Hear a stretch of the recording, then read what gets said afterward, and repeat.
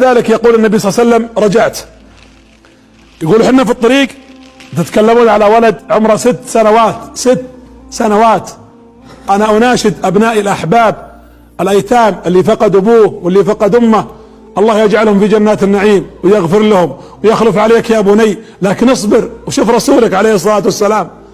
هذا الرسول يقول: نحن في طريقنا مرضت امي، مكثنا عند اخوال ابي شهرا، ثم مرضت امي عندهم، فقامت فتحاملت على نفسها ومشينا.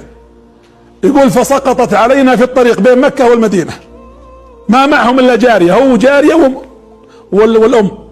يقول: فسقطت ثم كانت تلفظ انفاسها الاخيرة. يقول النبي: فجلست اتلفت، صغير طفل، ومعهم الجارية ام ايمن اللي قال عنها الشاعر: يا ام ايمن قد بكيت واننا نلهو ونلعب دون معرفة السبب، الى اخر الابيات. يقول: